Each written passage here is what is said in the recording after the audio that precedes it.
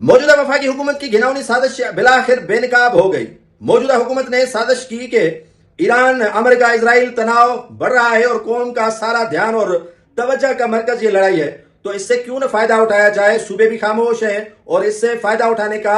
और कोई मौका उनको नहीं मिलेगा और वो ये नून लीग की हुकूमत और उनके इत्तेहादी ये मौका हाथ से गंवाना नहीं चाहते हैं। ये सूबों के खिलाफ बड़ी गहरी साजिश हो रही है और इसी साजिश का जब मुझे मालूम हुआ तो मैंने सोचा कि नाजरीन को इस सारी खबर से, सारी सूरत हाल से आगाह कर लूं। हुआ यूं है कि शहबाज हुकूमत ने प्लान जो काफी अरसा पहले बनाया था, जिसमें उनके काफी वज़रा शामिल थे, उनके इत्तेहादी शामिल थे, उन्होंने एक प्लान बनाया था कि 18वीं आईनी तरमीम को रोल बैक किया जाए और 28वीं आईनी तरमीम को कौमी असेंबली और सेनेट से पास करवाया जाए। अब ईरान की कशीदगी चल रही है इसराइल और अमेरिका से, और उसमें ईरान के आयतुल्लाह अली खामनेई की शहादत भी हो गई है और सारा तवज्जो पाकिस्तान के अवाम का इसी लड़ाई पर है। तो क्यों न इसी लड़ाई का फायदा लेते हुए ये तरमीम कौमी असेंबली और सेनेट से पास करवाई जाए। सेनेट और कौमी असेंबली का मुश्तरका इजलास तो आपने देख ही लिया, वो चल रहा था जिससे सदर आसिफ अली जरदारी ने खिताब किया। अब कौमी असेंबली का इजलास चल रहा है जिसमें जो कानून के वजीर है और दीगर जो वज़रा हैं उन्होंने मुशावरत करके ये प्लान तैयार किया कि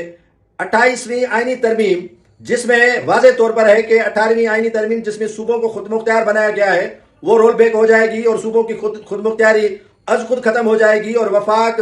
के पास अख्तियारात सूबों के भी आ जाएंगे और जो ओजेटी शेयर सूबों को मिल रहा है डायरेक्टली या उनको जो फंड्स अख्तियारात मिल रहे हैं वो अख्तियारात और फंड्स वफाक के मातहत आ जाएंगे। और इसमें पहल कर दी है नून लीग ने और पीपुल्स पार्टी से राज की बात मैं आपको बता रहा हूं, मुशावरत तक नहीं की गई है। पीपुल्स पार्टी ने चीखना चिल्लाना उस वक्त शुरू कर दिया जब उन्हें मालूम हुआ कि ये आईनी तरमीम कौमी असेंबली में पेश होने जा रही है और ये आईनी तरमीम आज नहीं पेश की गई तो कल की जाएगी, कल नहीं तो परसों की जाएगी। बहरहाल इसी सेशन में जो है वो 28वीं आईनी तरमीम पेश करने का जो है वो प्लान मौजूदा वफाकी हुकूमत ने बना लिया है। आज जब वफद मिला था पीपुल्स पार्टी का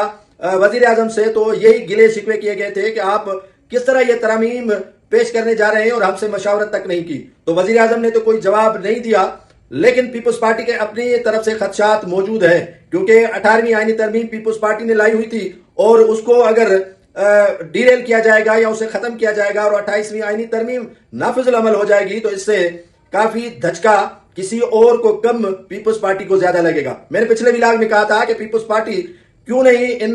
पर्दों से, इन हिजाब से जो है वो आवाम को आगाह और रुशनास कर रही, लेकिन आहिस्ता आहिस्ता ये सारे मामला जो है वो खुलकर सामने आ रही हैं कि जब ईरान और इजराइल का तनाव चल रहा है, झगड़ा चल रहा है, अमेरिका ईरान की जंग चल रही है, तो इसी सारी पादाश में जो है वो वफाकी हुकूमत जो है वो काम करने जा रही है 28वीं आईनी तरमीम का। और मौजूदा जो उनके अलाई है एमक्यूएम, पीपुल्स पार्टी और दीगर जमातें सोच रही हैं कि इससे ज्यादा और मौका उन्हें फराम नहीं हो सकता जो अब उनको मौका फराम हुआ है 28वीं आईनी तरमीम को कौमी असेंबली और सेनेट से पास करवाने का। तो देखना यह है कि पीपुल्स पार्टी कितनी मजामत करती है इस 28वीं आईनी तरमीम के हवाले से, या फिर अपने हथियार पीपुल्स पार्टी फेंक देती है नून लीग के आगे और ये आराम से नून लीग तरमीम जो है वो पास करवाने में कामयाब हो जाती है या उसे मजामत का सामना करना पड़ता है। 2 दिन में लग पता जाएगा।